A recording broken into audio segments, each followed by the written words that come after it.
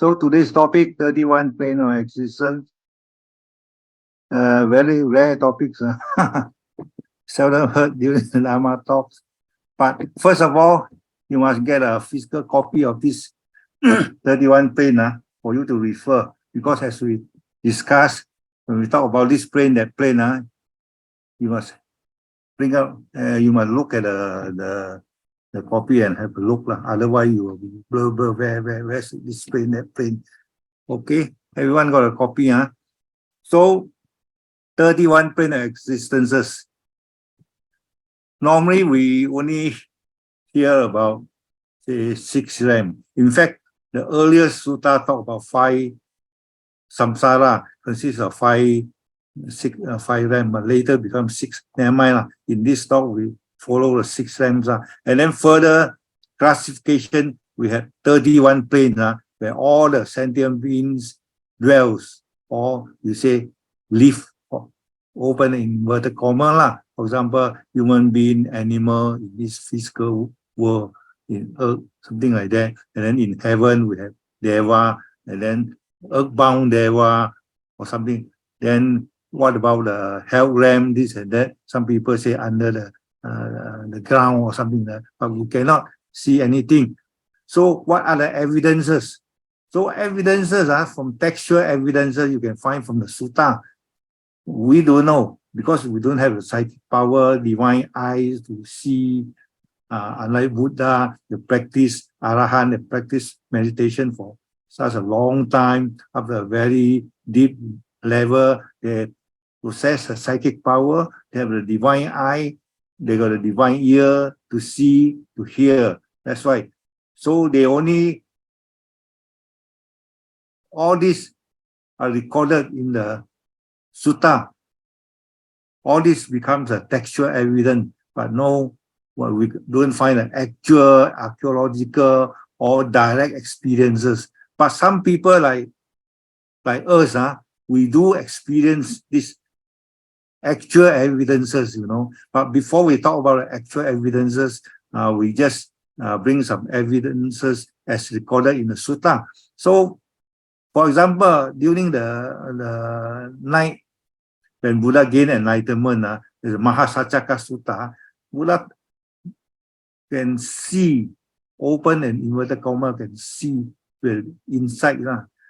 Beings pass away in one realm and rebirth takes place in another realm. So this is one of the examples recorded in the sutta. So other places, for other examples, for example, after enlightenment, the Brahma Sampati came down and talked to requested Buddha to teach. All these are examples that about the existences of the other type of sentient being. For example, Deva, Brahma, who live in the samsaric world. All this, you may say that I never see them, I don't know. All depends on what the sutta read. But then from actual experience that I myself, our family, again, I bring an example from our family, because all these devas, all the earthbound devas, they like to come to our family, I don't know why. So when we, for example, I give you our example, my example, physical and direct experience again, beside the Antara Bhava, which I discussed last week.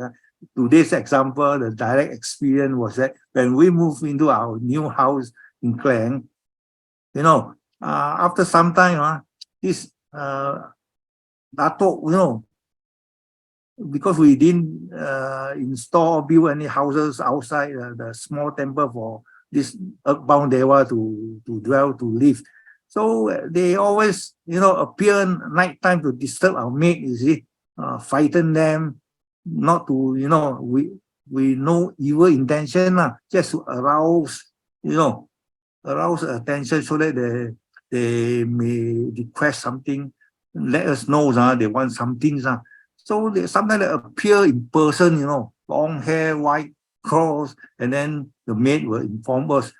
After that, then we consulted a medium who has a divine eye, can communicate with this earthbound Deva. Then, we We then know that they want us to build something for them, a temple, small Ananda Fong temple for them. So all this actual experience. People say, oh, no such thing, whether you see or not, all this unseen being. But to us, our mates, we people actually witness the appearance of these beings, you see, and they requested us something. Then after that, we fulfill their requirement, their request, then only everything okay. Actually, it really appears in person, but of course not. The body is not very solid, very subtle, long hair, smiling face, and then they can something like communicate with you, you see. So this is another actual experience, whether you think it's just a picture or something like that. But whatever thing happened,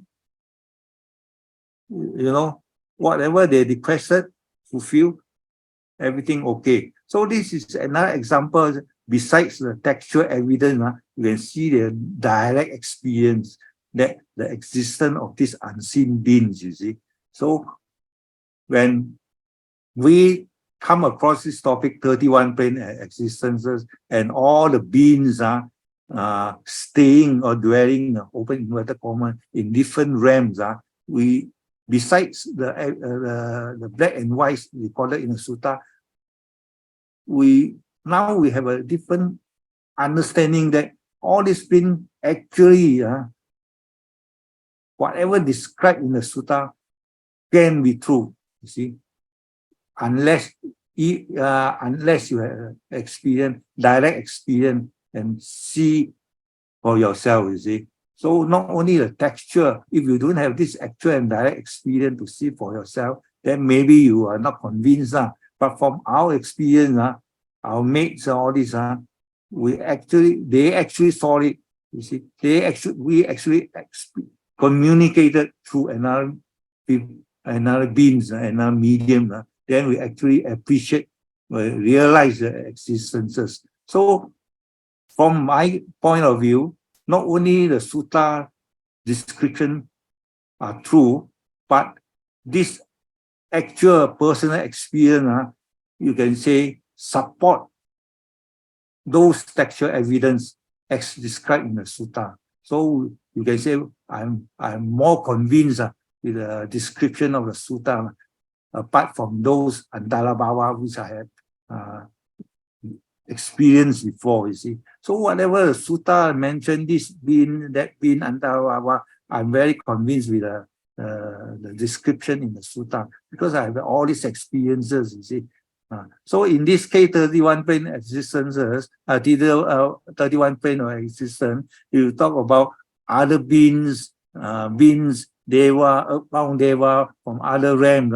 People may say, maybe a bit doubtful, but true. They are all exist in this samsara or in this samsaric world, you see. So these are the examples. So you have to, if you don't have actual experience, no direct experience, you just read the sutta.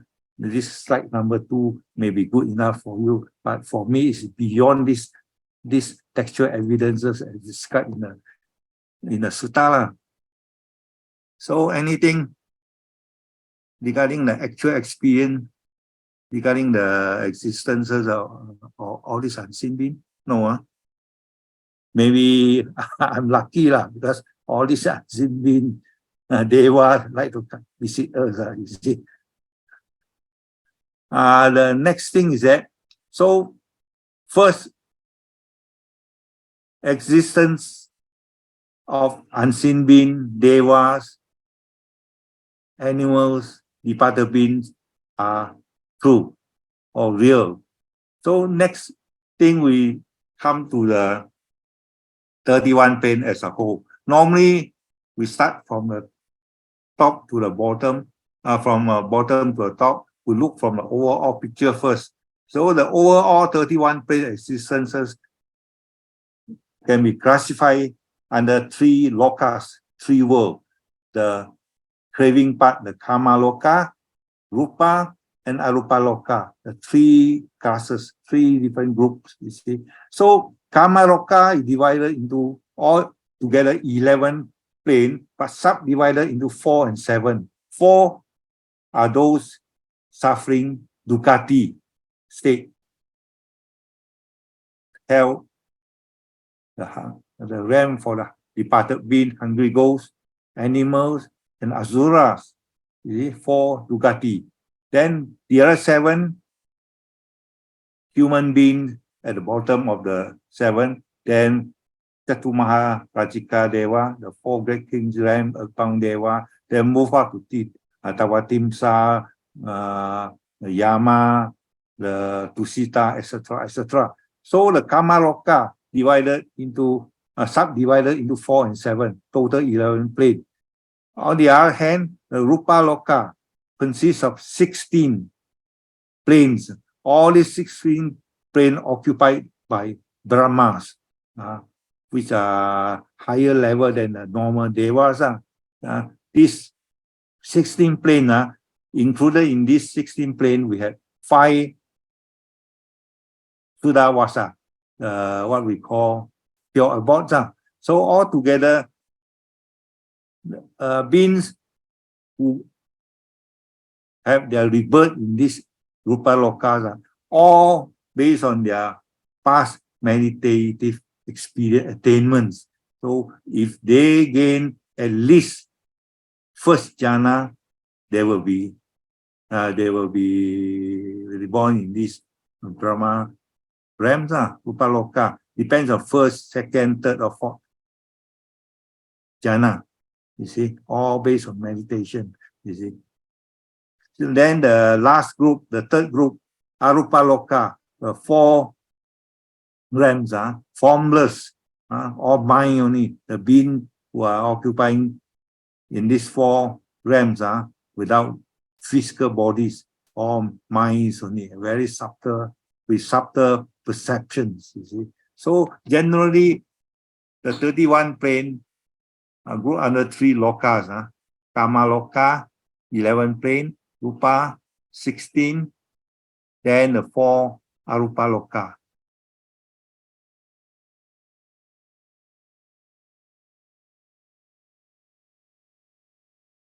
So generally, how these planes will be organized. So they normally begin from the lowest plane, the most suffering, torturing part at the bottom. As you go higher, happier and happier, and the lifespan also become longer and longer. This is general organization. So why they organize this way, nobody knows. This is a traditional way. So you don't have to bother about it. So here there's one error. Please rectify. Early sutta do not explain why. I forgot about the word not. Early sutta do explain why. No, do not explain why. Okay, yes, I in one word.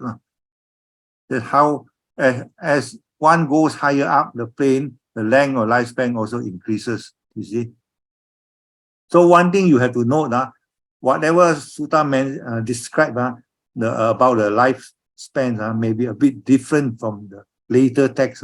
So you just sometimes you just don't have to be confused by it. Just let you know early sutta, the lifespan will be different, slightly different. So compared to the later sutta. So first, we start from the lowest plane. As we say, Kamaloka,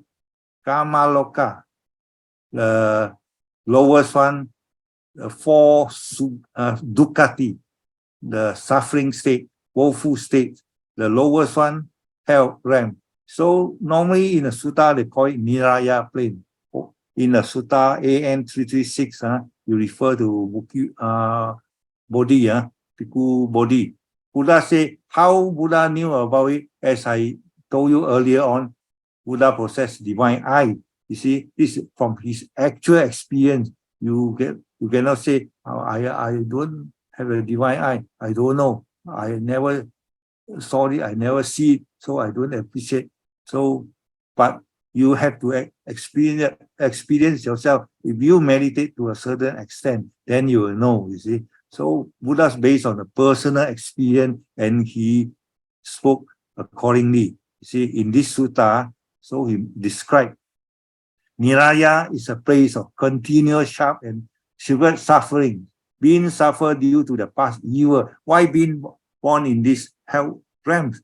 Because of the, at least what we know, the 5 great evil karma that one has done before, like killing parents, injured Buddhas, schism, kill Sangha, etc., etc. So immediate heavy karma normally within the same life, rebirth will take place in the hell realm. And then the suffering is very terrible, torturing. You can read this Devadutta Sutta, not Devadutta, 3 messengers. 3 messengers, Devadutta Sutta, yeah, Devadutta. There are 2, there's one Devadutta Sutta in MM130, another one is Devadatta Sutta, Anguttara Nikaya 8.7. These 2 you can refer.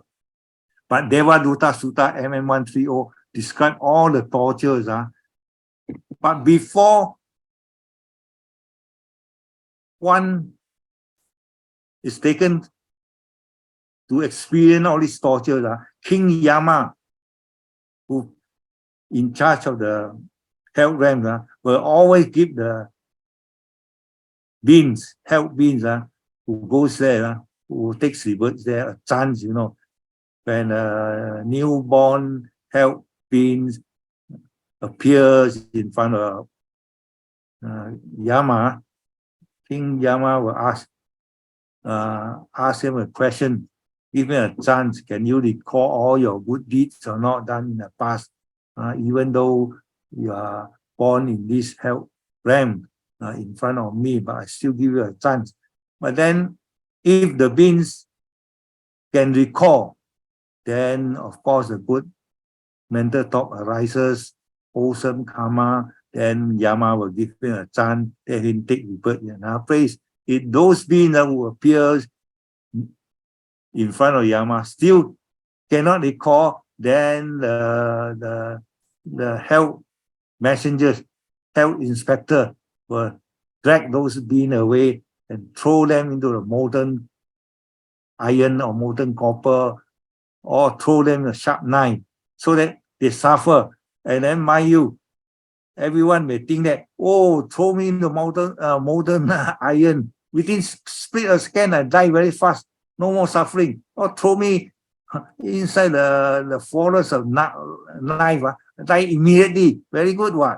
Within second, I die. Not long suffering. No, that's not the case. You see, the real situation is that this health inspector throw these beans, health bean, into the knife, die, no doubt, die in split a second, but instantly become alive again, then throw again, it suffer again, then throw again, it suffer again, continuously for billions of years, It's not throw in and die within a second and finish out, not in this case. So when we talk about continuous suffering for those health beings in the health realm, it's a long-term continuous, suffer, die, suffer again, alive, throw them, they suffer, alive, continuous. Don't have a wrong concept, idea that die within split second, everything is over. No, it's not the case. Continuous, you see, it's a place of continuous sharp and severe suffering. Being suffered due to all this, okay, due to how this one I have described already. So, have been the 2 features, King Yama give them a chance before let them suffer all this torture. Secondly, the torturing is continuous, and then the lifespan depends. It's always long, depends on the past karma. If the past really heavy, then they continue and continue a million years. If not so heavy, but still heavy, then it's not too long, but still subject to all these tortures. After the expiry, exhaustion of this past evil karma, then rebirth will take place in a higher realm. These few features that you know about the beings in the hell realm. So the description, the hell realm, how the hell looks like. The early sutta say that some say 8 main rooms. Then besides that, beside the room, there's sub hell. Each sub hell also got one jama in charge. You see? So this is a general structure. And then everywhere, every room, other rooms, they have all these knives, they have all these things. For details, you read the Devadatta Sutta. Then you see from page, just now I mentioned what page to what page. You just refer to MM130 for all the details.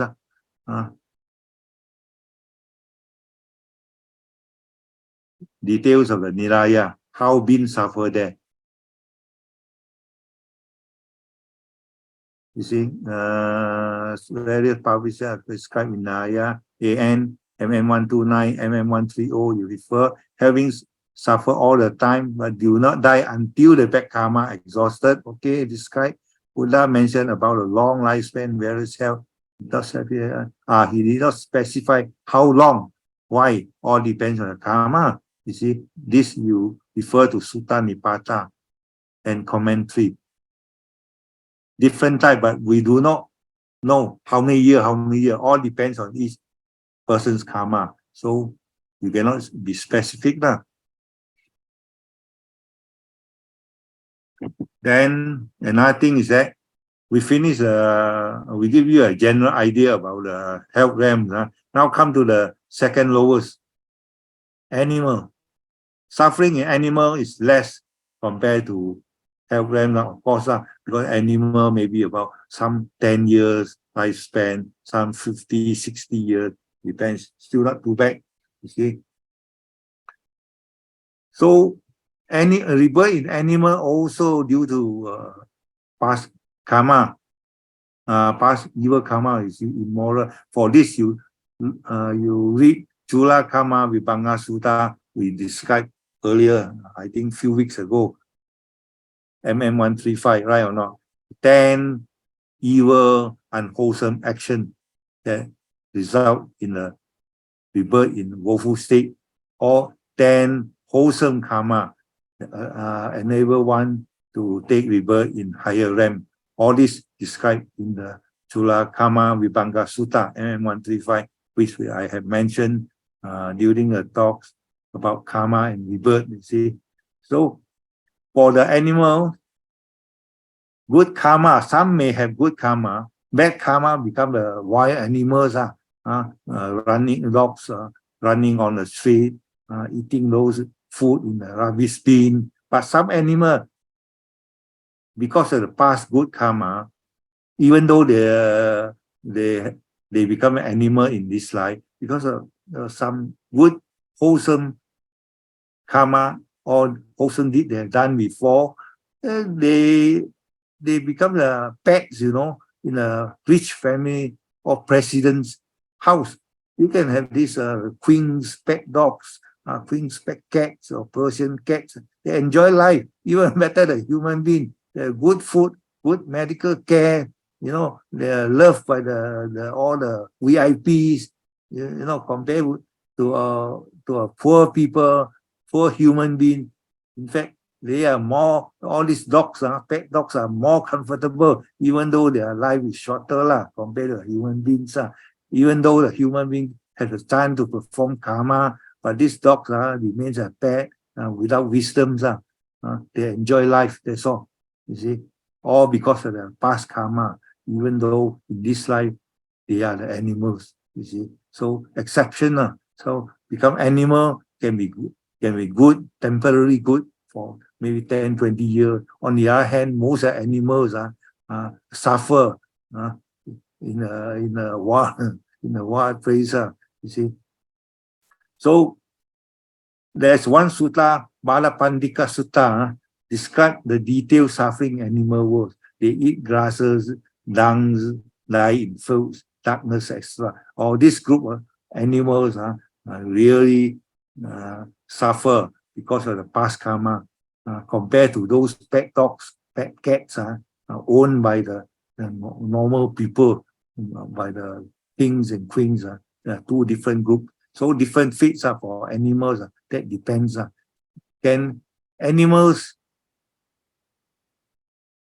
create or accrue good karma? Normally it's very difficult, because all the wild, for example, the wild animal, they kill each other. Killing is very common among the animal. Unless those animals, they don't involve in killing, all depends on others who bring back all this meat for them. Otherwise, most animals, they involve in killing, and they continue to create that karma. So it's very hard for these animal worlds, animal beings, or health beings to practice to create good karma. They have to wait until all that karma, suffering, exhausted, expire. Then they have a chance to move to a higher rank based on their unripened good karma in store. You see. So after all the bad one over, the balance are the good one, then they have time to move to higher rank. And if they are smart enough, they can take this opportunity to practice and move upwards. You see, that's the things. Then next thing, petas. Some people say hungry gold, some translated departed beings, all depends. Petas are deformed, with deformed bodies. Nikaya are very sparing, SCARCE, very scarce, very seldom, you see, find all this information in the suttas, you see. For example, one can find in Rakana Samyutta Nikaya. But then, how this peta suffer? But most of the description about the peta you can find in commentary and in the Miranda Panya, but not in the Nikayas. There are several you can find, except one or two. You see, suffering in this realm is less painful compared to other woeful states, compared to those animals, compared to those health realms. This peta still a bit luckier in that sense. In this sense, because according to the later text, they have deformed physical form, even though not the solid form like human beings, very subtle, and then most of them, as you know, long hair, deformed bodies, and then with white colors, something like that. They don't have a fixed place to stay, normally in the jungles, along the riverside, or in the empty premises, this and that, and they don't have a good food, clothing for them to eat and to wear, or they have to eat something dirty, filthy things left over by human beings, this and that. So one later text, Petawattu. Petawattu is one of the texts compiled few hundred years after Buddha passed away.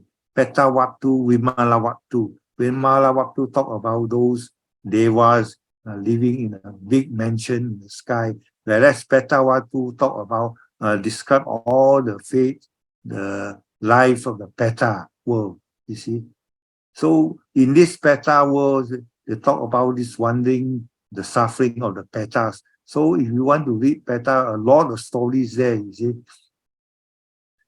they depends on, some of them depends on human being to offer, to transfer merit to them. For example, in Miranda Panya, there are 4 classes of petas. Only one group of them enable to receive the merit and the food offer via the Sangha. When we do dana to the monk, we transfer merit to all the departed beings, you see. Then the some peta beings, as described in the Petawattu, they must be aware of our existence, of our dana activity, you see. They're waiting there. So when the relative offer food, offer clothing to the the rope to the Sangha, and then after the chanting, immediately the Peta will receive, according to, not according to Sutta, according to Peta Waktu. So you offer food immediately in front of them, they get the food to eat. And you transfer merit, they also get the merit, and they have a good rebirth later. And you offer rope in front of them, they also receive all the nice clothing. All these have been described in the Peta Waktu. You see, so the Peta Waktu, the description is very wonderful as compared to those early sutta. You see, after all, Peta Waktu, the texts are not compiled, not spoken by Buddha, but compiled after Pali-Nibbana. So the experience you may think is very fantastic. You offer what, you get what. This and that, you see. For example, the story of Mokkallana went to the health world, health world, Peta world, all these things to meet the departed mothers. All these have been described in the Peta Waktu also. The Sariputta also went there and saw the relative there. And then after that, he donated some putti. So the Peta also got a house to stay. So all these stories you can find in Peta Waktu, you see. So the later Pali text describe all these things that physical things that a Peta can receive, like marriage, clothing, food from the living relative, you see. But we can't find in early sutta, you see.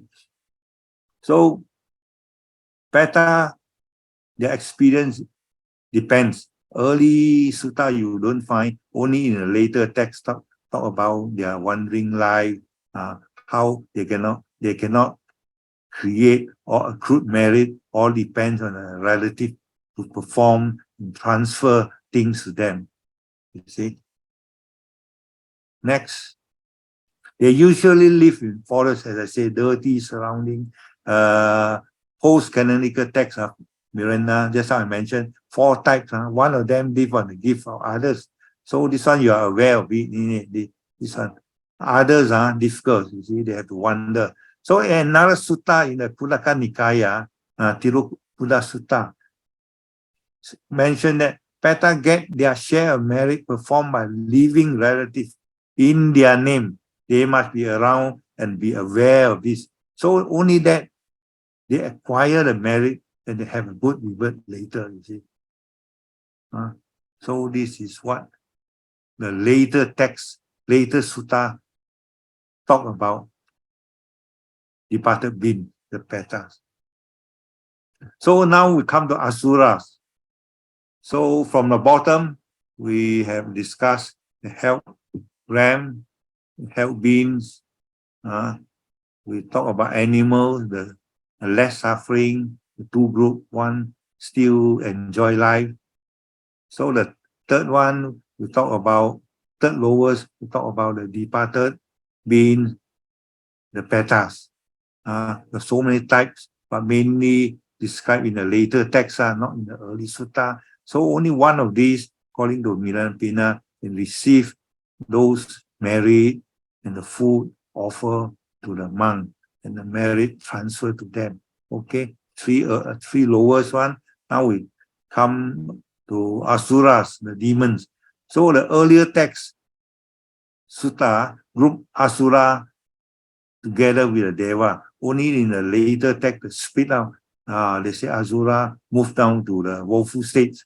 So the 4th lowest, Asura.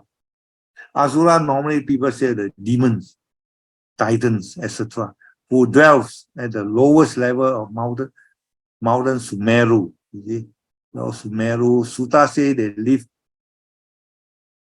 beneath the ocean floor. So Sutta and the later text, sometimes they don't have the same descriptions, but never mind, we don't look into the differences to academics.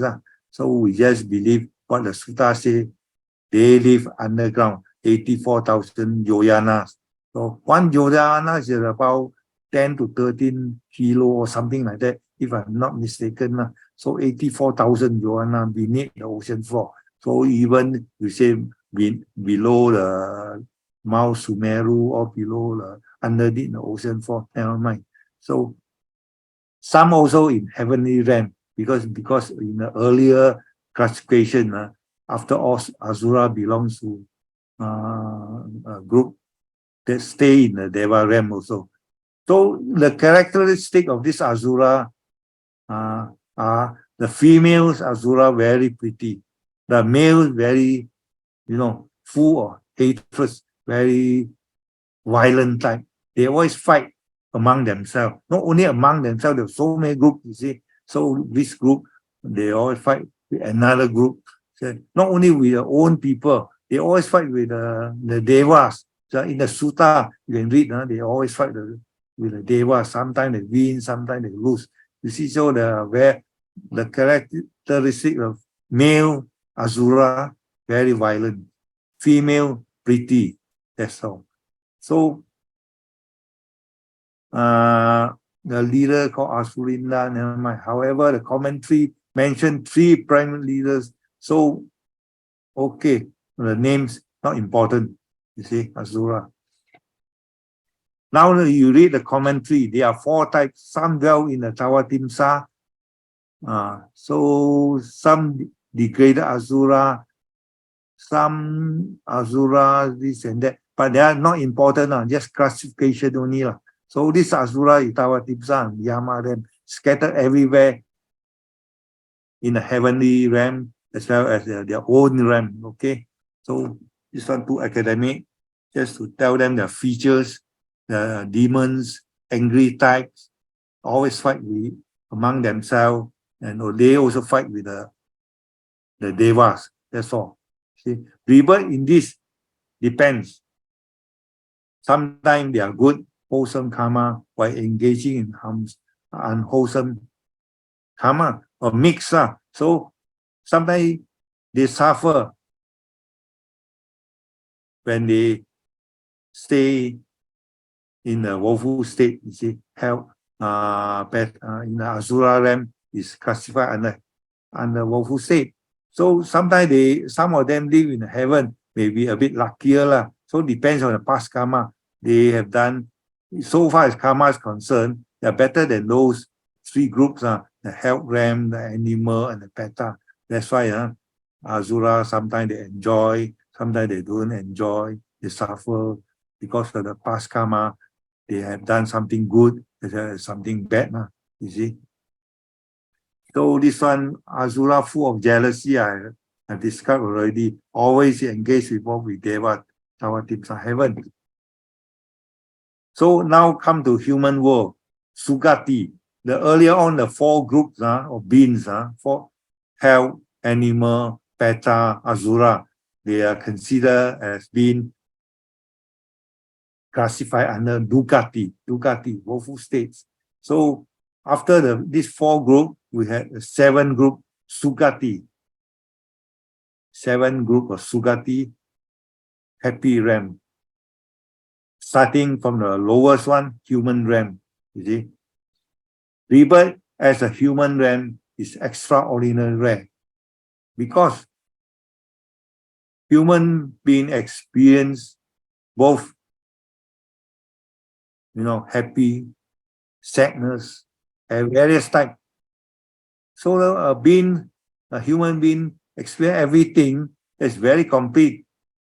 That's why Buddha, Bodhisattva, born in human world, and practice and experience whole range of suffering, whole range of happinesses.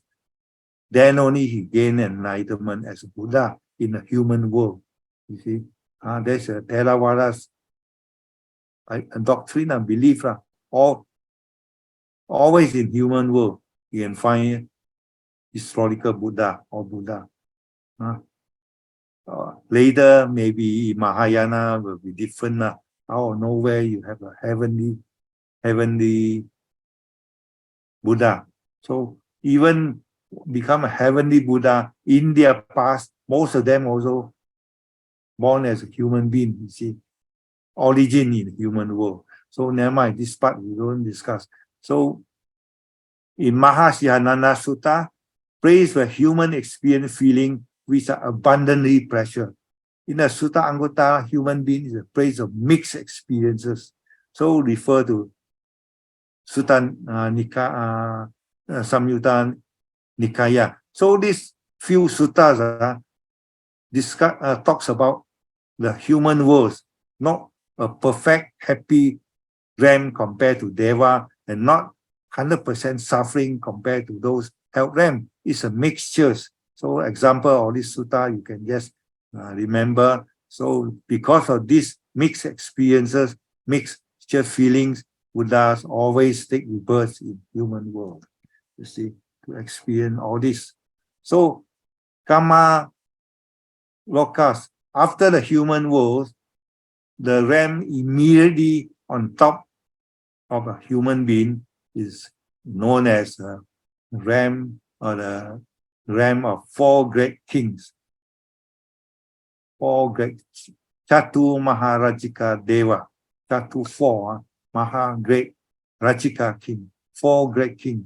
So in this realm, sometimes there are so many, is between the heavenly realm and the human world. So some of the beings here, yakas, and so on, some demon, demigods, they are still earthbound, you see. So it's a mixture.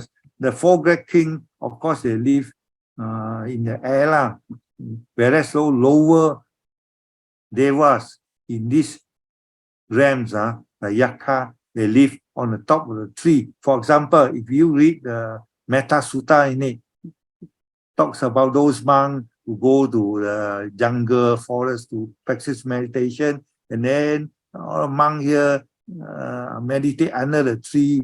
So sometimes they make noise, and the yakas who stay on the top of the tree get annoyed, right or not? You can recall or not? This is what examples are. They talk about the place where this yaka, earthbound deva, where they stay, you see. So not necessarily in the air, in the heaven, in the atmosphere. Those are meant for the senior or higher class of Deva, like Tawa Timsa, or four great kings. The lower class of Deva, earthbound Deva, they still occupy those physical structures, trees, empty house, on top of the tree, etc. So the place where they dwell, they stay, depends for the group of beings in this realm.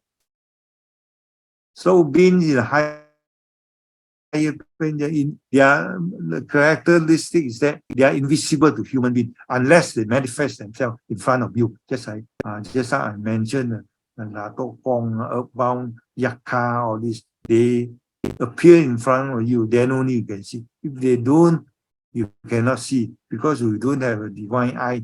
You see, unless you have a divine eye, you can communicate, you can see their existences. So all depend. Normally this earthbound Deva and Deva, they got the psychic power. They can do what they want in front of you, you see.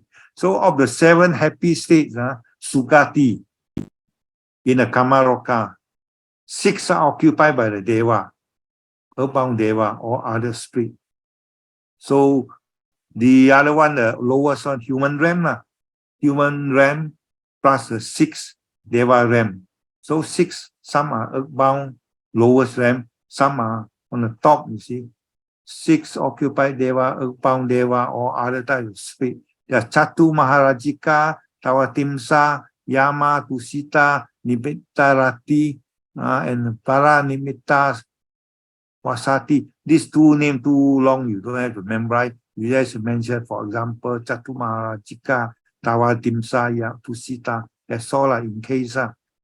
So if you refer to your physical chart, then you appreciate as we move along. Now you come to this Kamaloka, the Sugati, 7 happy states. In Tawatimsa, Lord Saka is a king. That is a main king of all the 33 Deva. Then lifespan of the Deva, overall, general. In Anggutta Nikaya, Buddha says that lifespan Deva in Chatumaharajika is 500 celestial years. A single night, for example, in this plane is equivalent to 50 human years. 50 years human year here, they only one single night. And day, one day to them, day and night. So you just imagine. So 500 celestial years. So 500 years times 365 times this 50 human years. You can calculate how many human years in one celestial years. Okay, so you don't have to crack your head. It won't appear in the exam. Just give you an example.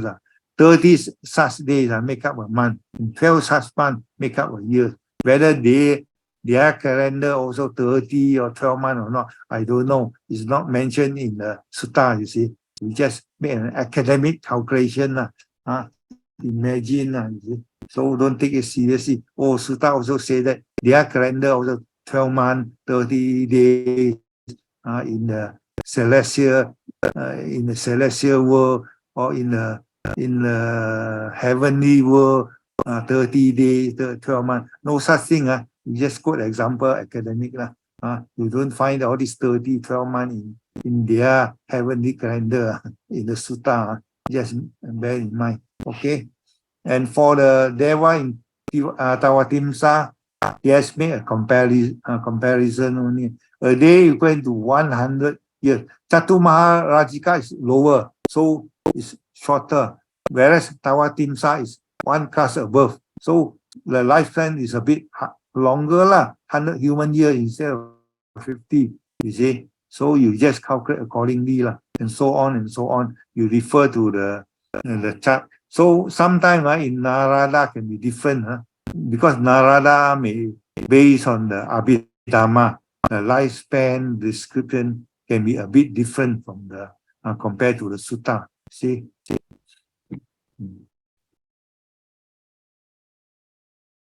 So Kamaloka realm of Devas, according to Mahasatipatthana Sutta, now we come to the realms above the Chatu Maharajika.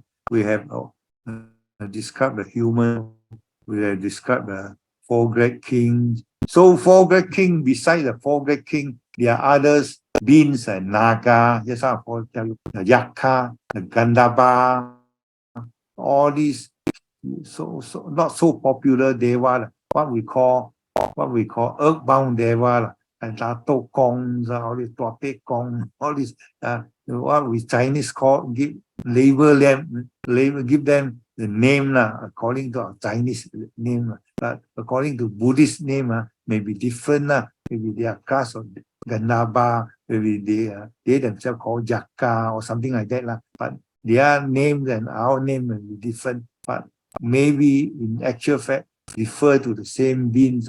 Name labels not so important or still refer to the same group of beings. Okay. The Deva have radiant body. Normally the high class Deva, shining one, radiant bodies. Normally they come down to meet, to listen to Buddha's Dharma talk at night only. So you can see the body shining, shining and shining. You see from the sky, slowly they come down and listen, pay respect to Buddha. Only at night time. Daytime you cannot see them. You see. So if the Deva is very pure, very high class, the brightness, the radiant is very bright.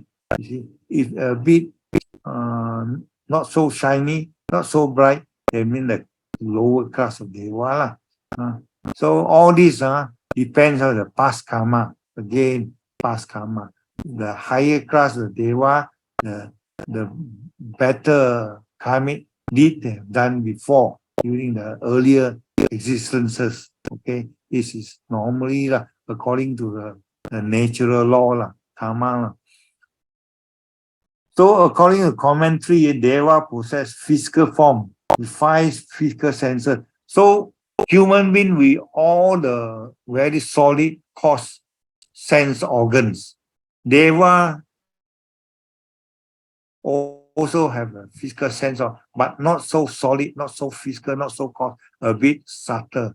You see, they have the mind, but they use the mind for different purposes. Some of them higher class to listen to the Buddha's Dharma talk and practice, but others they enjoy most of the time. For example, in the Tawatimsa realm, most of the Deva, instead of practicing this, come down and listen to Dharma talk, they enjoy most of the time. So they use the senses to enjoy, you see, instead of listen and practice. Here, their birth is spontaneous, but they have got few types. If those beings suddenly appear in the Tawatimsa, just say in a room, in a bedroom, those Deva becomes the attendants. So those beings, human being, after passing away, appear in the Tawatimsa. So in the garden, he will be the Deva who in charge, become a servant of the particular Deva. So depend. If the human being pass away and suddenly have a spontaneous rebirth on the lap of the Deva, big Deva, become the son or daughter of the Deva. Or it is what the commentary says. You see. So commentary says that they have a subtle body, they have a spontaneous birth, they're always youthful, looks very young. Ladies are Devi. Devi is about 15, 16 years old, the outlook, and then the male Deva, always about 20 years old. You see, they always enjoy sensual pleasure, as I say. They have a big mansion, not on the top of a tree like the yaka, always in the air, in the atmosphere. So they live there for a long period of time until the lifespan exhausted. Then the rebirth take place. Most of them have been in the lower realm because they don't practice. You see, they enjoy most of the time. So how do we know they are going to die? There are few conditions, Here I don't have the Deva, Tawatimsa, never mind. So how Deva knows that they are going to die? One feature is that they have heavy fats flow out from the armpit. The galan looks very faded. They look very wrinkled, very tired, you see. So they know they are going to die. So before we talk about this, Kamaloka, we miss out one thing.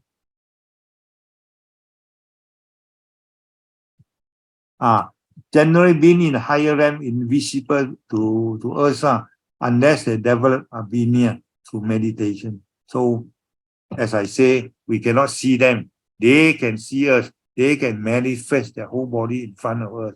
We cannot unless we develop abhinia, so-called the psychic powers with divine eye, divine ear. So one thing. So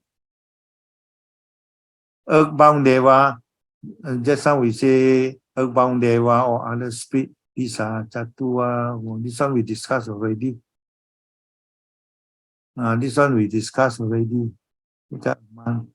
Then this one we discussed already. Deva in Kamaloka, Chatu Maharajika, the lowest heavenly realm where 4 great kings stay there.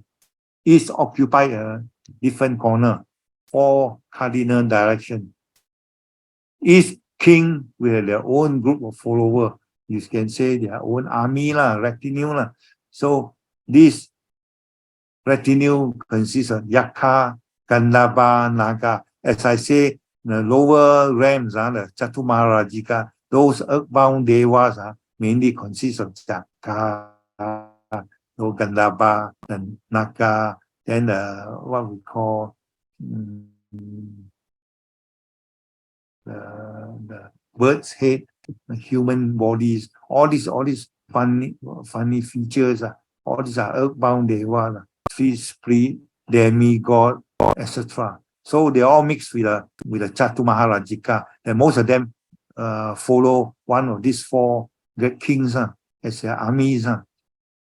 So the duty of this Chatumaharajika, so every 14 days, every half a month, fortnight, the four great kings and their own people, their son, will come down to earth. They runda there, they check here, check there, find out who are those evil ones, create bad karma. So who are the good ones doing good deeds? Then they make a report and submit to the Tawatimsa gods in a heavenly realm.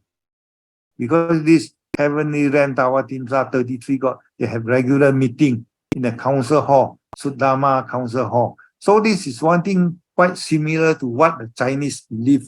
Every one of the last day of the years, this Zhao Gong, the kitchen god, will make a report, go to up the Ting Gong, and report to the Ting Gong, this family, Brother Yap's house, very good or not. Every family report. So in the early Pali Sutta, they also had a similar stories. In fact, the Pali one is maybe a bit earlier lah. Oh, Pali one is a bit different. The Chatu Maharajika Deva, each of them will bring the army, go around the world and check whether these people have done good or bad or not. But not end of the year.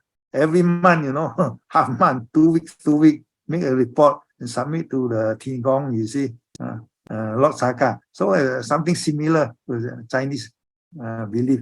Chinese maybe the copy lah, I don't know lah, you see. So just give you the example lah. So this is one of many duties of Chatu Maharajika lah, the four great kings checking on earth every now and then lah. See? Then Deva in Kama Loka literally means heaven. After Chatu Maharajika, the realm above it is Tawatimsa. Here literally means 33 Deva. Could be more than 33 lah. Normally people just say 33. See, Lord Saka is a king, Deva king, King Kong there. According to a late Buddhist text, by the way, Lord Saka before he was appointed of Tawatimsa heaven as a Deva king, he was human being also. He practiced and make vows also. That one you can read from the Samyutta Nikaya, which I'm not going to talk about his past record in details. You see. So he occupied a big mansion in the air. That's all. You see. After this, Tawatimsa, you have Yama. It's always illustrated. Extent, there's no difference between day and night. This is Yama world. This Deva who live in the air, enjoy the fullest with 5 senses. You see. So as I said before, the Deva in the Kamaloka still enjoy their life. That depends. Very seldom they practice with their own sex, with their own organs, sense organs. You see, enjoy more. Commentary, Abhidhamma commentary, Vibhanga atas kata. Vibhanga is one of the 7 texts in the Abhidhamma Pitaka. Atakata is a commentary. So Vibhanga Atakata is a commentary to the Vibhanga text, Abhidhamma Vibhanga text.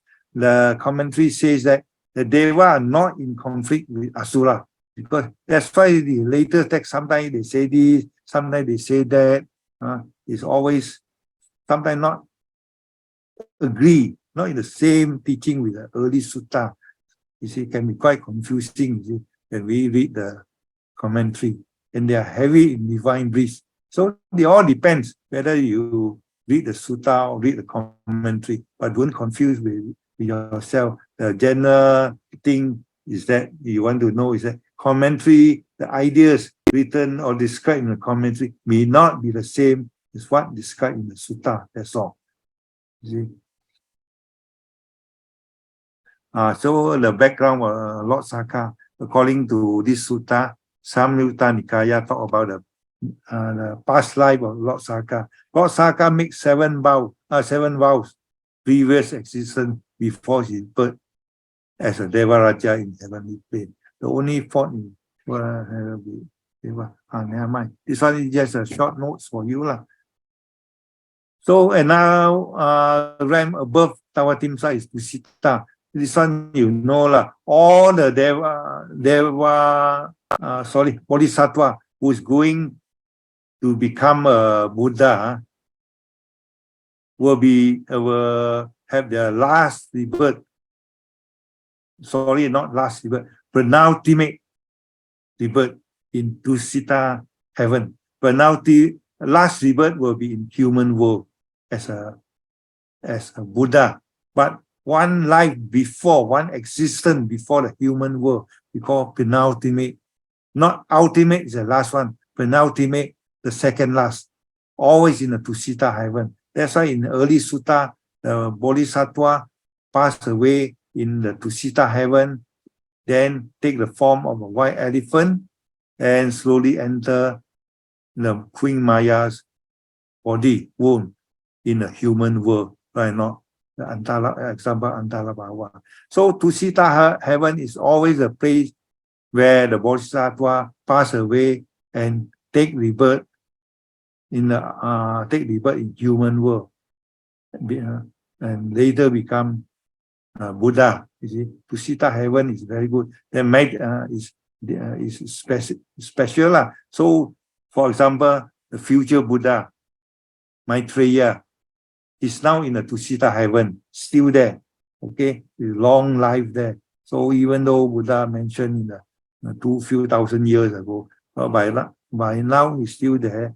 It take millions of years, we don't know. So when Maitreya passed away later in Tusita heaven, he will take rebirth in human world. There's later stories, we don't know.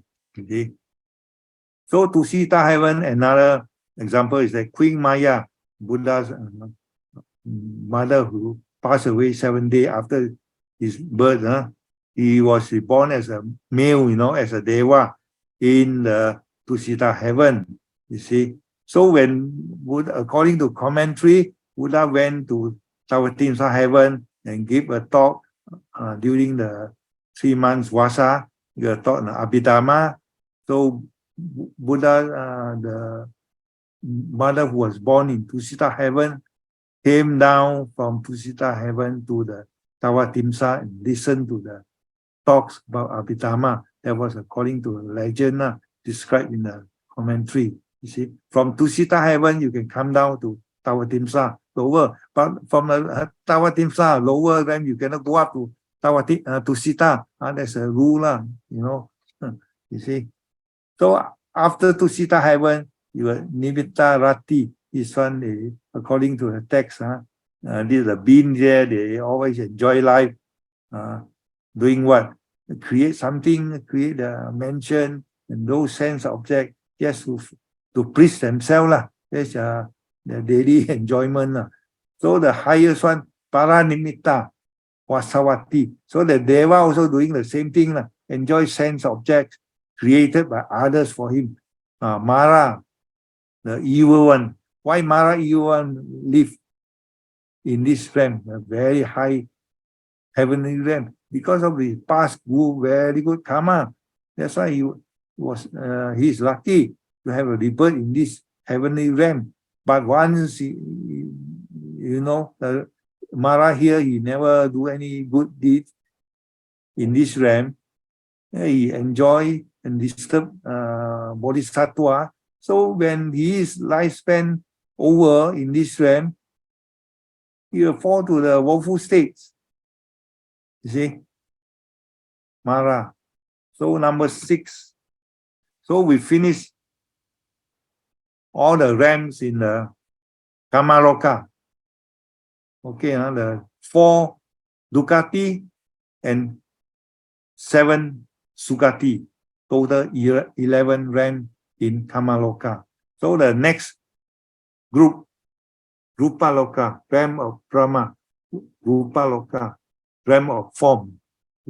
So the Brahma form, according to the description, the world of form.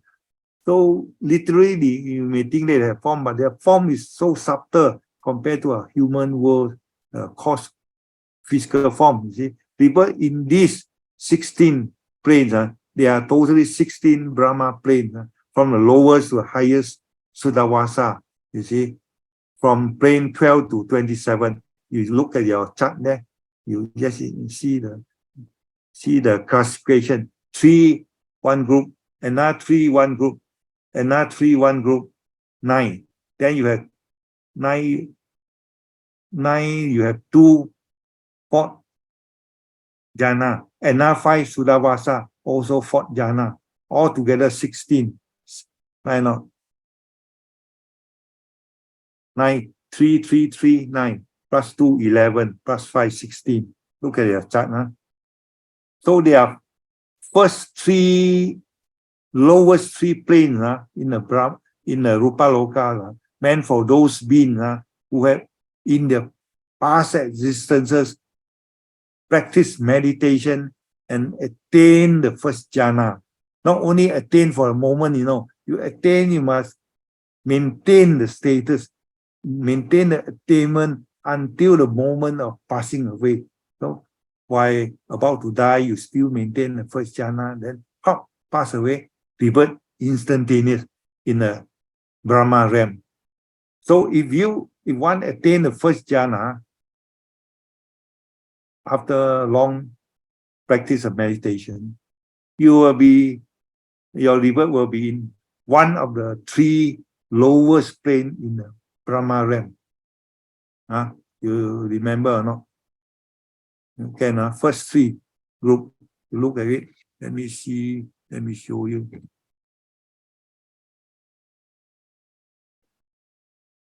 These 3, first jhana, if you meditate in the previous life, attain jhana and then die, still keeping first jhana, it depends on the degree of attainment, the quality attainment of first jhana. To what extent, how many percent, I don't know, never say.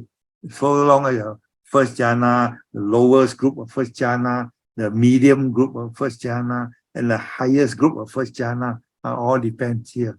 But this 3. Then if you attain the second jhana in the previous life, die at the dying moment, also second jhana, and then your rebirth, barring all circumstances, barring all circumstances, that means provided you haven't done any very, very bad karma. So your rebirth in Brahma realm, Rupa Loka, the second jhana will be one of the 3 planes here. Depends on your degree, the quality of your second jhana. Similarly, with third jhana, so you will be reborn in one of the 3 planes here. That means 11, 12, 13, 14, 15, 16, 17, 18, 19. So one of the 3 here. Then fourth jhana, you have 7 planes for you to choose. If you are the Anagami who have eradicated the lowest 5 factors, wrong view or belief in self and so on, that you have learned before. If you are Anagami, your rebirth will be in this Suravasa. Okay, one of these depends on your quality. Because the first 5 lower factor eradicated, the remainder 5 you have not completely eradicated. You may eradicate part of it, depends, I don't know, 20%, 30%. Only the natural law knows. So it depends on the quality of your practice regarding the remaining 5 factors. I tell you, even though you are Anagami, but different quality lah. Some are 50% Anagami or 80%, then the birth will take place in either one of these. But if you only attain the 4th jhana, but you are not Anagami, you maybe have eradicated 4 lower factors instead of 5. So since you have in the 4th jhana, your rebirth will be in either one of these 2 instead of this, because you are not a fully qualified Anagami yet. You are just a normal 4th jhana attainers. You see, under these two group, there's one very special one. One without mind, only physical body. This one, I think, this one, the lowest one. Number 10 of the Rupa Loka. So why these beings in this realm possess only physical instead of mind and the body like those beings in this world? Because during the past practices, he has a wrong view. He thought that our body gives us suffering. It's our body who suffer. So no, it's a mind that suffer. A mind that gives us problem. So they practice, get rid of the mind, get rid of the mind. So until the moment of when he passed away, though he attained fourth jhana, he rebirth in this realm, Brahma realm, fourth jhana, isn't it? Is not anagami yet. So he is rebirth in his place without mind, only physical body. Though the posture of his physical outlooks will depend how he die. Maybe while he's sitting cross-legged, or I mean just lying down, all depends, you see. So this, then the being here, all this being here, even so, for example, first jhana, take rebirth here, he still had a chance to practice while he's living in this realm. Then practice. Then because Brahma, they still have the very subtle sense organ, even though they have a five complete, not very complete, but they still can hear, they still can think, they still can practice as compared to those being in the Tawatimsa, in the Kama Loka. Being here, heavenly being, and enjoy life. Devas. Whereas the Brahma, they don't enjoy life so much. They practice, they still have a sense to listen to Dharma talk. For example, those Saham parties, all these, they used to come down during the night time with a radiant body, come to listen to Buddha's Dharma talk. Most of them are from Dharma world, Brahma world. So even though they're born in this, they practice, and then when they attain the highest stage, second jhana, next rebirth, when they pass away here, they jump to here. So second jhana, they live here for a long time and they practice long time, then listen to Buddha's Dharma talk, they attain the third or fourth, they jump here, next rebirth. Even if they got fourth jhana, or if they have eradicated all the five lower fetters, straight away Surawasa, Anagamin, they practice here and attain Arahantship here. Pass away as Arahant, Paridipana, in one of these five. So they may be here, fourth jhana, and they practice. Here they are not Anagamin yet. These two. Even though they attain the fourth jhana, fourth jhana, they practice after eradicating all the lower five, they become Anagamin. If they eradicate all the 10 fetters, straight away they become Arahant here. Just a human being, even though they are not here, they practice, they become Arahant also can. Here, if they eradicated all the 10 fetters, they also become Arahant. If they fail to eradicate only the lower five, they become Anagamin. They move up here and practice some more, become Arahant here. Why not? You see? Now we come back to the earlier one. What slides? I don't know. Forgot.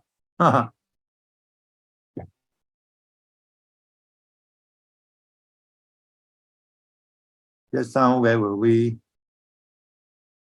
Rupaloka.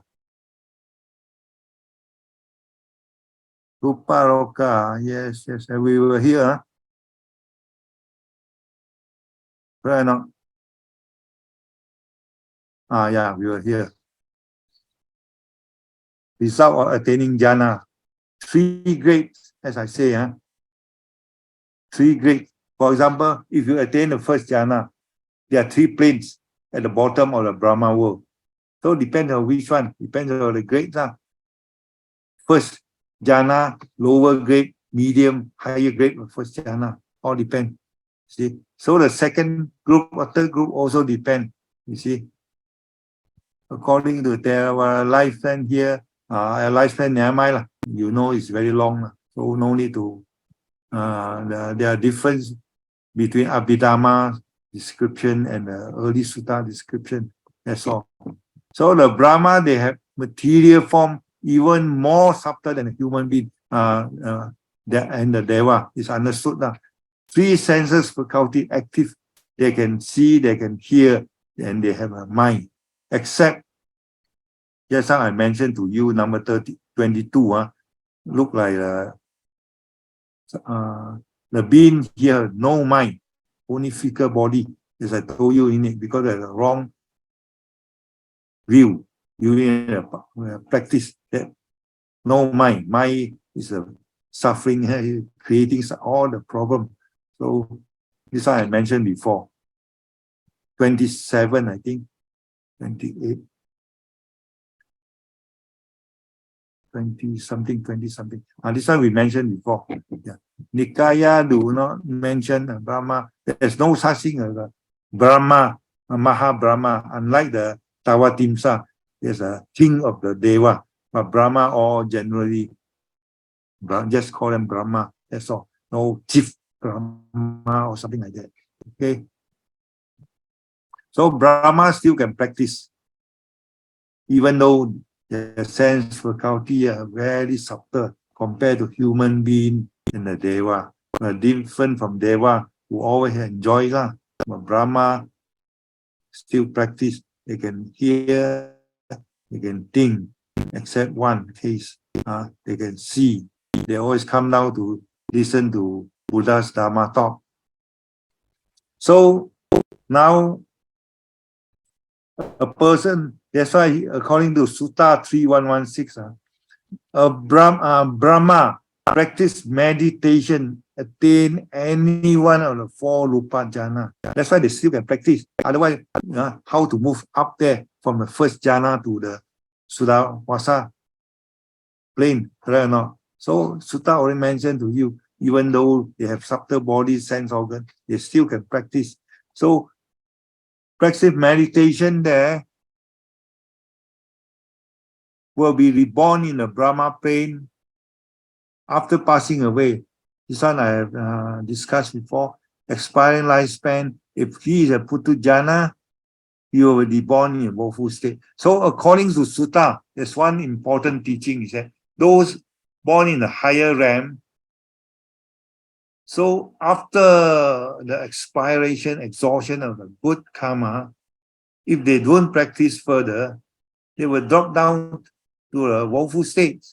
This is opposite from the later text, Abhidhamma, all this Abhidhamma, later text, they say, no, at this human world, later if they don't practice, they drop further to woeful state. But according to the Sutta, once they finish all the good karma enjoyments in the higher realm, if they don't practice, next rebirth will be in woeful state. That's a difference, you see.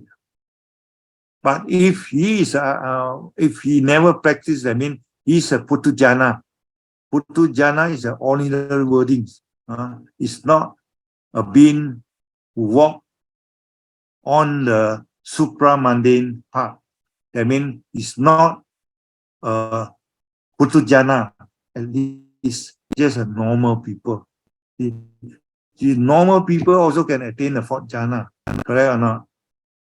Even though he is not an Arya, normal one. For example, Bodhisattva's 2 teachers, Ala Kalama, Putta, they are not Buddhist yet.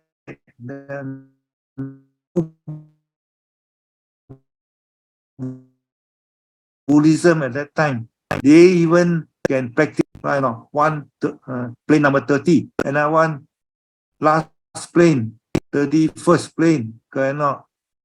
Buddha's Bodhisattvas, two teachers, non-Buddhist, Brahmin, non-Burmese, non-Buddhist, non-Arya some more. Just wordings.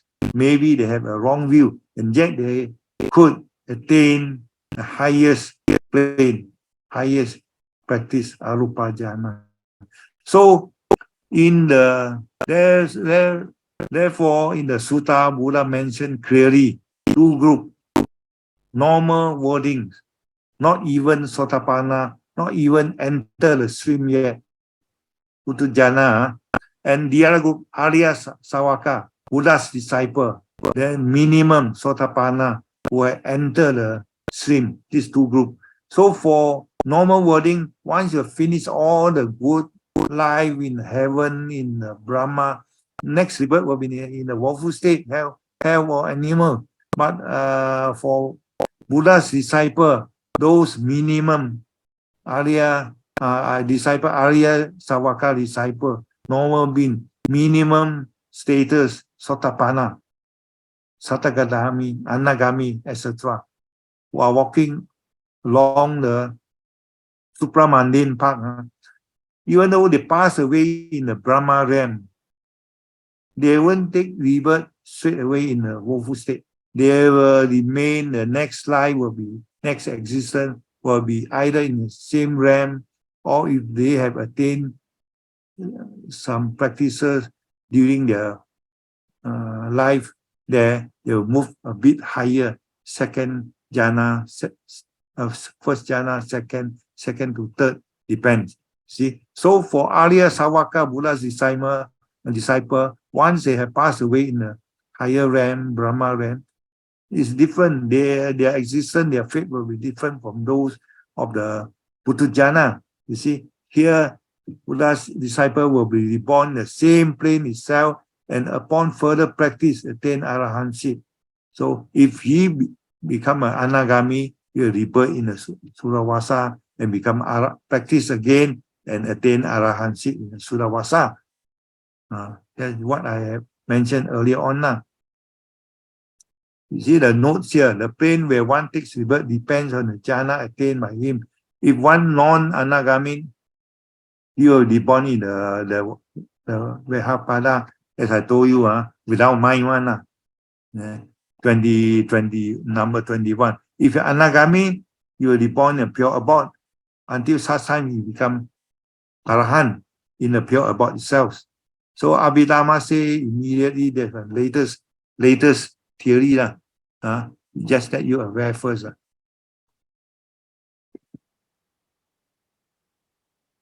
20, next slides.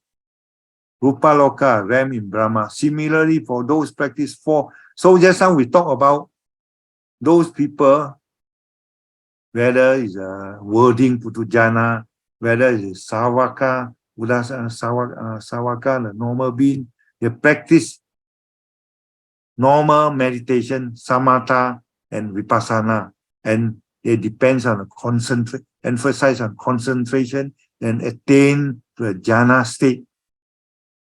Now there's another form of meditation called meditation based on Brahma Vihara. Meditate on mudita, meditate on Brahma,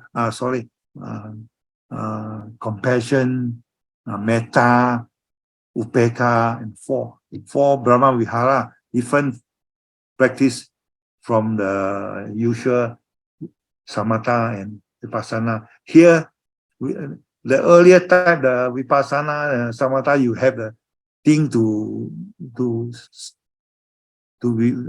measure. You use the word measure your attainment. First jhana, second, third, fourth. But meditation on metta, how do you know? Whether to what extent?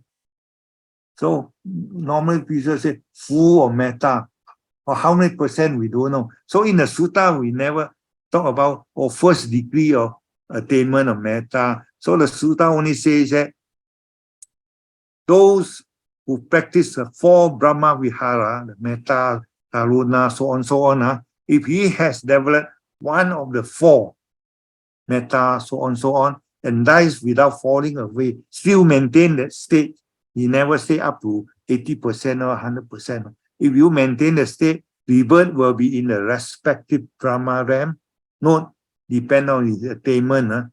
Rebirth will be in either one of these realms. You check this. Abhasara, Surakinha, that depends, that means different realms in the Brahma world. Vipassana, asa, something. All depends. If you practice metta, not chanting, I'm not saying metta chanting. It's different from metta, relating metta, meditation of metta. So depends on attainment. No such thing as first jhana after metta meditation. Just say certain degree of attainment. The rebirth will depends whether here. Again, the same structure, same formula as those who attain concentration, samatha meditation. Okay, so the same structure, except they don't use the word first jhana after metta meditation or second jhana metta meditation. They never say that.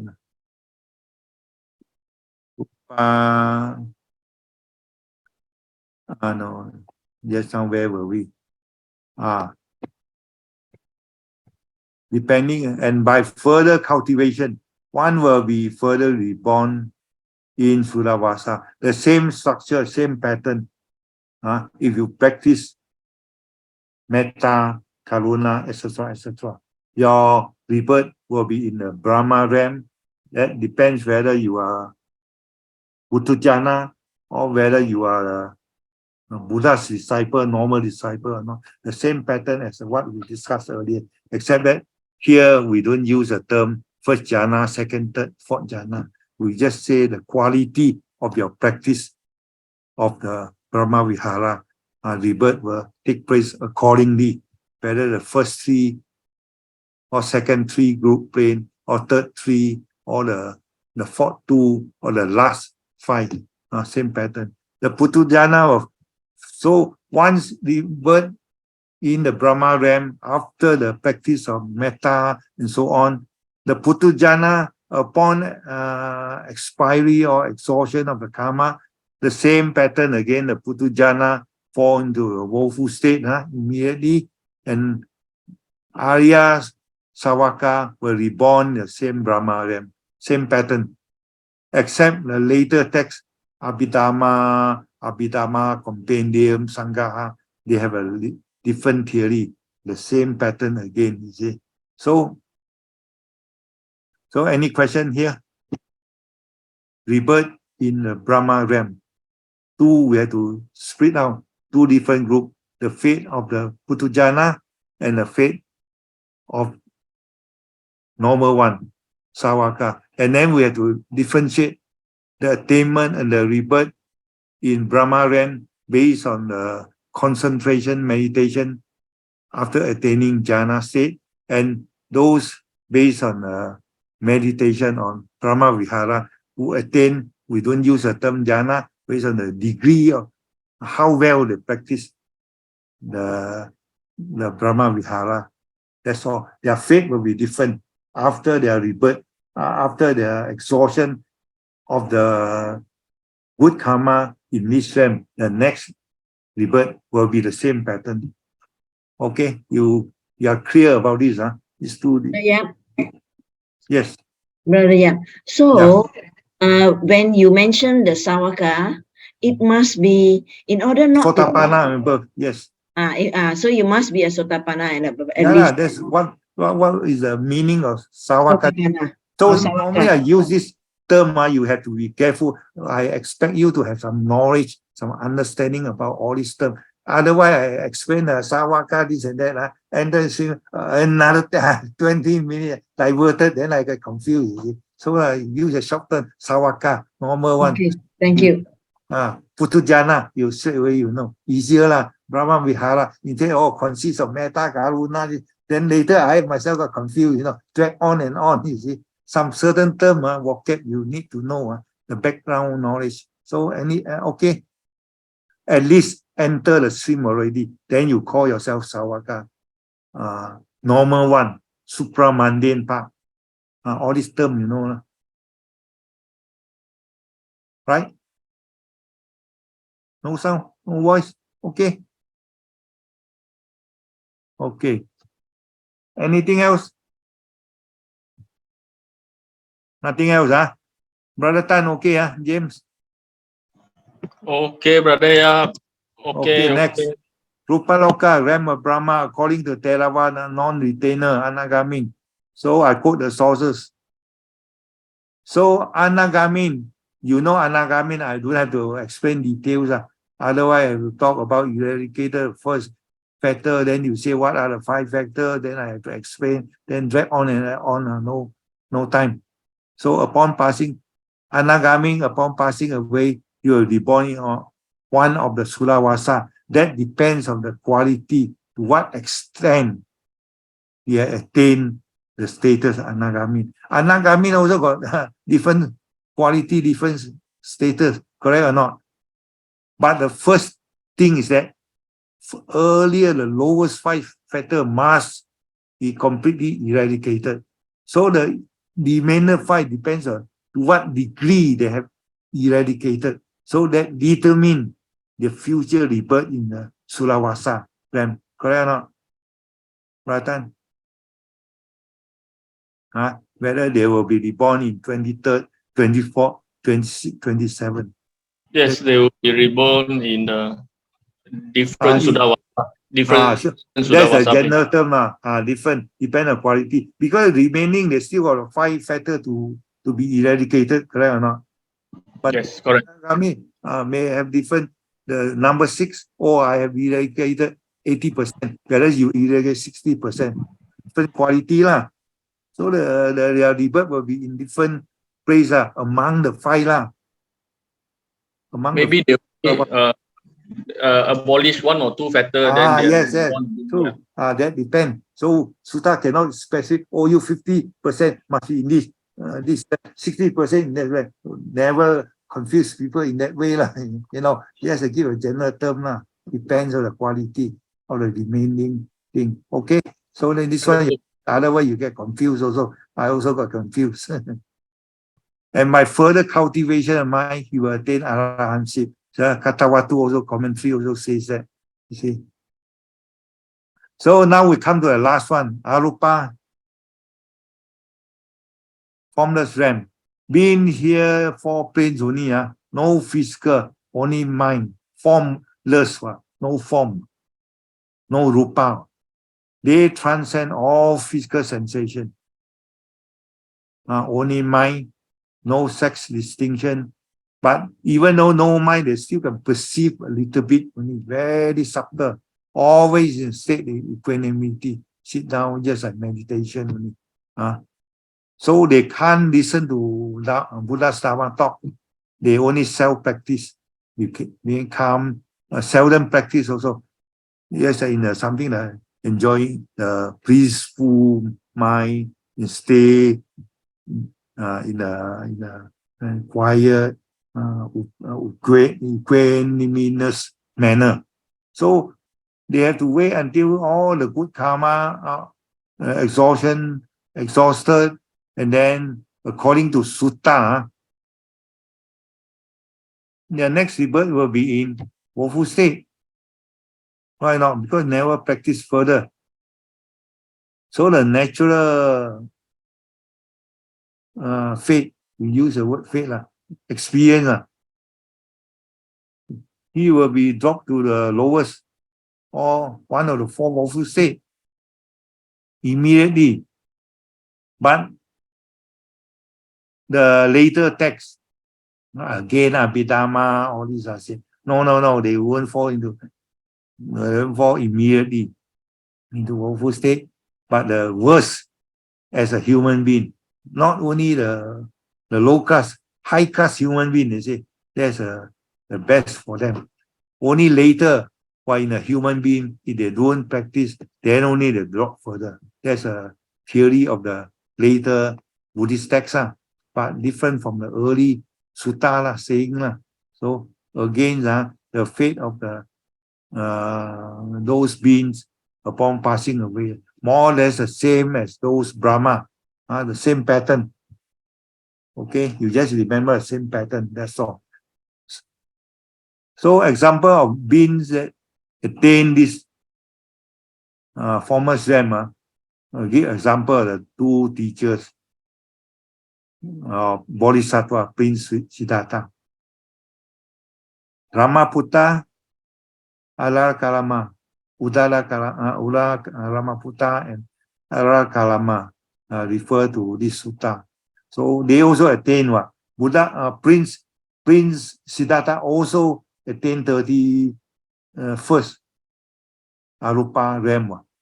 But Prince Siddhartha deflected, complained. He thought that no point, this won't end my suffering.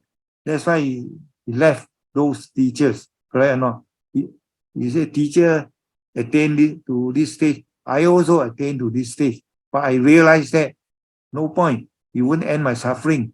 So he later recalled, he changed his method, correct or not? This story, Life of Buddha, you know, I won't repeat now. So why being, how these beings in the formless realm attain to such state, or in the previous mind, again based on meditation. They meditate, they separate body and mind. They say, oh, body is one who create all the suffering. You see, because our eye, we look for nice thing. Because of our taste, one taste thing. Mouth, we want sensual pleasure. We want to enjoy good food. So all these are physical body. It brings us all this suffering. That's why when we meditate, we want to get rid of this physical body. Then they practice, and then with this view, and after attaining the Rupa jhana, then later they develop formless Arupa jhana. Then when after attaining Arupa jhana, then they maintain the status until the moment of passing away. Not today I attain Arupa jhana, tomorrow I forget about it, next day I die the time born there. No, must maintain until such time the being is going to die, and he still maintain the quality Arupa jhana state. Then he pass away, rebirth will be in Arupa jhana. Okay.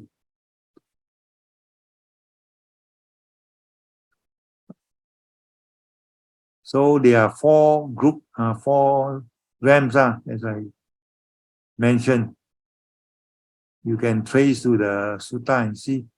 So Buddha explained the concept and shows the way to the realm Arupa Loka. This practice enable a Puthujjana. That's why even the wordings, non-Buddhist, like the two teachers of Prince Siddhartha, also they could attain to this Arupa Loka realm, you see, through their meditation. How they meditate? So they meditate, as I say, one way, separate body and the mind. Second thing, in the mind, they have to view a certain Arupa object, boundless space, boundless things, you see, as a meditation object. So the object and the view to split out physical body and the mind, things and the practice, and while they are in that stage, then the rebirth will be in that realm. Here, just now I got an example. You see, in Anggutta Nikaya, individual meditate and attain Arupa, born, passing away, the next rebirth. The same pattern, same as a Brahma, for those wording and for those Buddha's disciple. However, disciple Buddha will pass away, have the rebirth there, same Arupa plane itself. And when they practice, some of them, they still have some perception, Sutta says that some of them still can practice, you see, some, not all. For those who never practice, so upon exhaustion, they fall in the woeful states. So it doesn't mean that they have mind. That means that they still have some subtle perception. They still have a chance to practice, you see. So that's why the sutta says that even though beings born in the Arupa Loka, some of them still remain, upon passing away in the same plane, and they practice until they gain enlightenment. Whereas those who never practice, like the Putujana, their next rebirth will be in woeful state. So the same pattern as those found in the Brahma realm. So when you compare, you know what to answer lah. The later texts like Visuddhimagga, Abhidhamma, they have a different view lah. As I say, upon expiry, the next rebirth either be same plane or lower plane, but not immediately in a woeful state. That's a later saying. So how they practice in order to attain to have a rebirth in Arupa Loka? Here, according to a later text, you see, being who meditate on non-material object, for example, just I mentioned infinity of space, boundless space, boundless consciousness, meditate idea is nothing, and the state of neither perception nor. So all these are non-physical object, they meditate and master the Arupa Jhana. Then they attain the Arupa Jhana state. Earlier on, different types of Jhana state. These are Arupa Jhana state until the last moment when they pass away. Then the rebirth will take place in the formless realm. So this is how being practice meditation based on the non-physical object and ultimately attain the Arupa Jhana, and rebirth takes place in the Arupa Loka. The same thing, late Abhidhamma talk about not immediately into the woeful state. This one in Abhidhamma Sangaha, the book are very popular, translated by Bhikkhu Bodhi. Comprehensive Manual Abhidhamma, Bhikkhu Bodhi. That also later, this is a very late text, also say the same thing. Rebirth not immediately into the woeful state. So resolution, this one we don't talk. This is another big topic. So at the end, the world system will be destroyed up to certain level.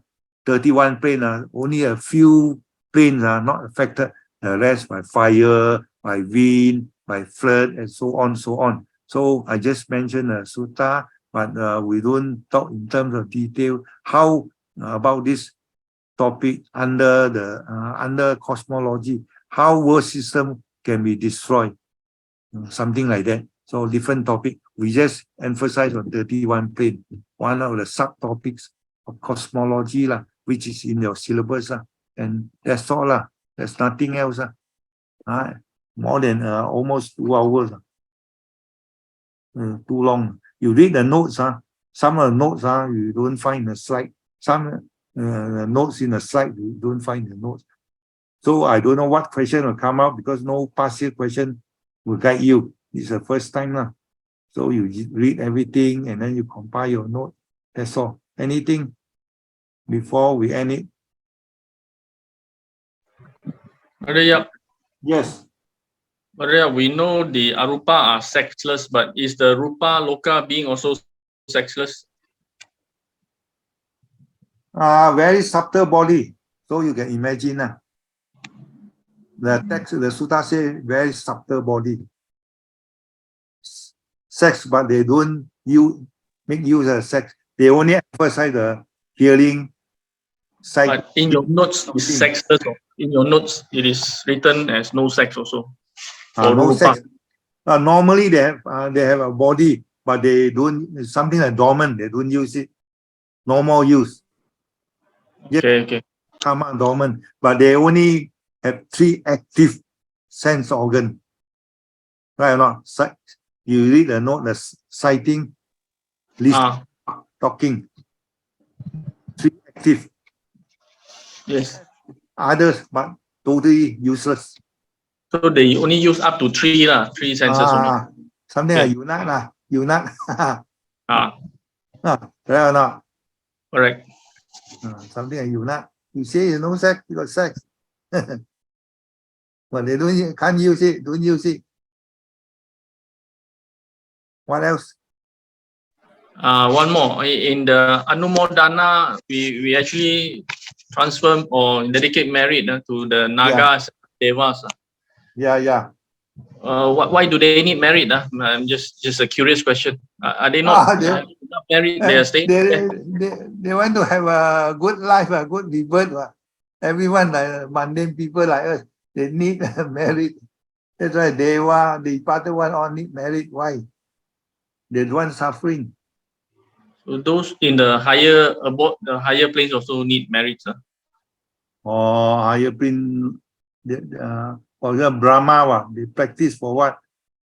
So the end, the ultimate objective is the end of suffering.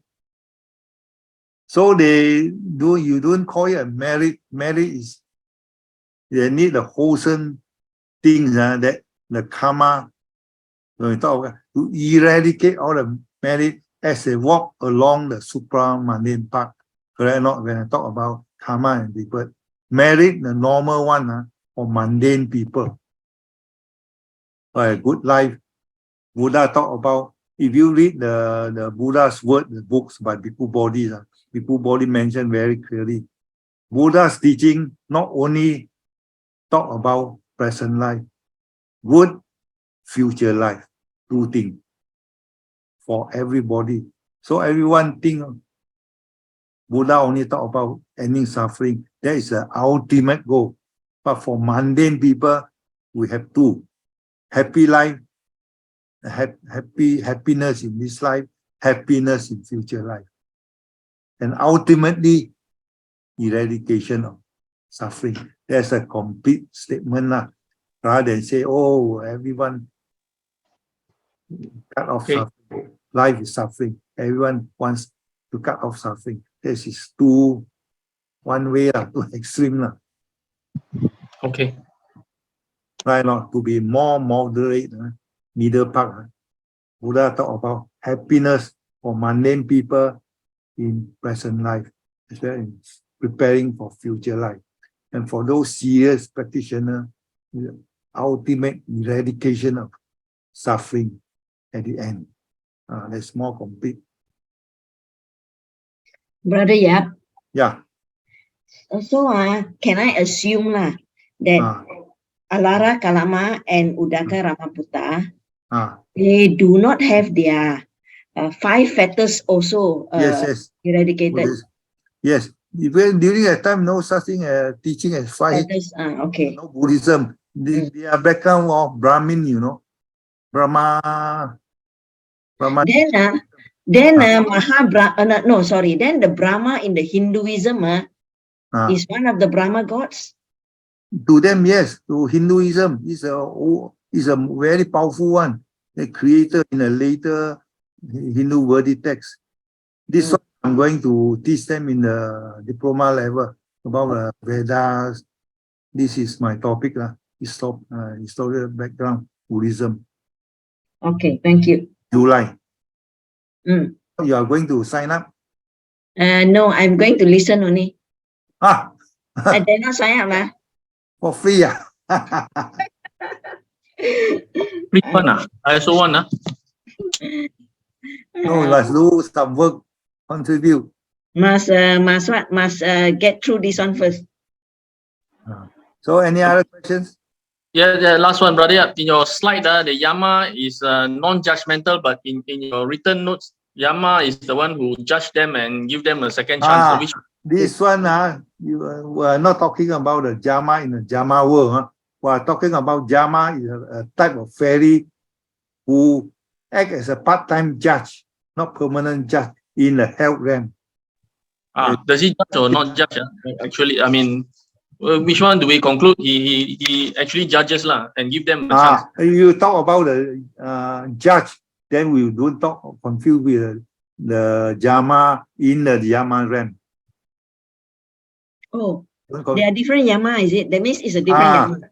In the slides, Yama world, I put a comma there. It's a different type of bin. Ferry, Yama ferry, something like that. You trace back and see. Okay. Different group, but details we can't find in the But it's sutta. under Niraya or Different. under Huh? Niraya. Yeah, under the slide, the Ah. Niraya. Yes, yes. King Yama is the overlord, but he only Yes.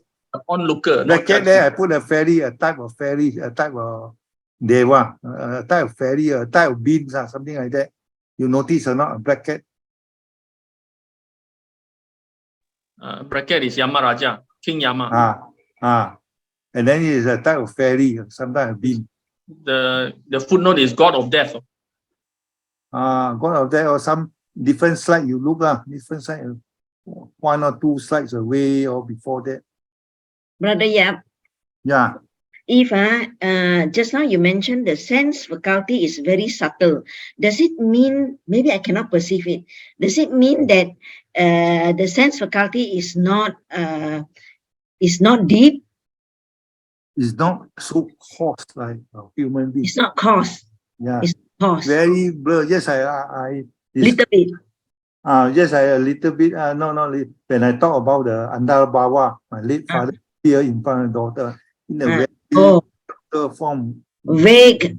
Yes, something like you cannot touch and see. Oh, I can feel it, something like that. All right. From the far, you know it's a human being, but you know it's not a physical solid. Okay. So you use the word subtle. Okay. Then the other thing I you just don't know. another question this one is just out of curiosity The Datuk Kong That appear in my house, yes. that one is a Malaysian Malaysian culture. Yes, long hair. Oh, Malaysian culture lah. Malaysian culture. But different bean appear in their own custom. But they are also bean. You don't use a label of Malaysian. Beans means sentient bean. Yes. Yeah, but we label it as Datuk Kong. We use a name to label lah. The Chinese will say Ting Kong, Lord Saka, correct or not?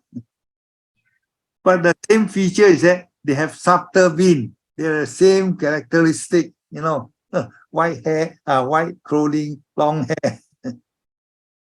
So brother, it can be Saka or it can be one of the earthbound. What you mean is it can be either one of them that reside All these are earthbound. All these are earthbound. Because they are Saka is also they are so-called house are all on the earth on the floor. So those has to be earthbound cannot be Saka, right? Like the one the low caste one they only regional, they were regional. The split the Metta Sutta you read, they build a house on top of the tree, correct or not? Also earthbound Yeah. They control the local place only They are not the overall the whole heavens like Lord Saka. Only a regional. This is a district officer. Yeah, tempatan. Tempatan. That's why he talk to our medium. This piece of land belongs to me Now you build a housing estate I got no place to stay. Immediately he talk to us like that. So please build bring us Okay. the so-called house the bought one let him there stay there. You see. Okay. Whole area converted housing estate. This place controlled by me, my area, the tree or chop off. I have no place to stay. So in the Buddhist Sutta also they mention this, when this earthbound Chatumaharajika realm, some of the earthbound level they complain to the forget king, all the problem, the tree have been chopped off, what to do, this and that. The same thing also they complain, you see, by human being. Actual experience when you reflect, whatever thing described in the Sutta can be true, you see, you get me? If you don't have this experience, you think, Sutta talk like that, true or not, I don't know. But you have to connect to your personal experience. If you don't have experience, too bad lah, you know. But I don't know. I'm very fortunate lah with all these experiences. So more or less I connect. Don't say I didn't know because I was not a Buddhist. Now after reading the sutta, this and that, I try to connect through whatever the sutta says. That it's not legend, all true facts, all happen to us. You see. Anything else before I come to 5 o'clock?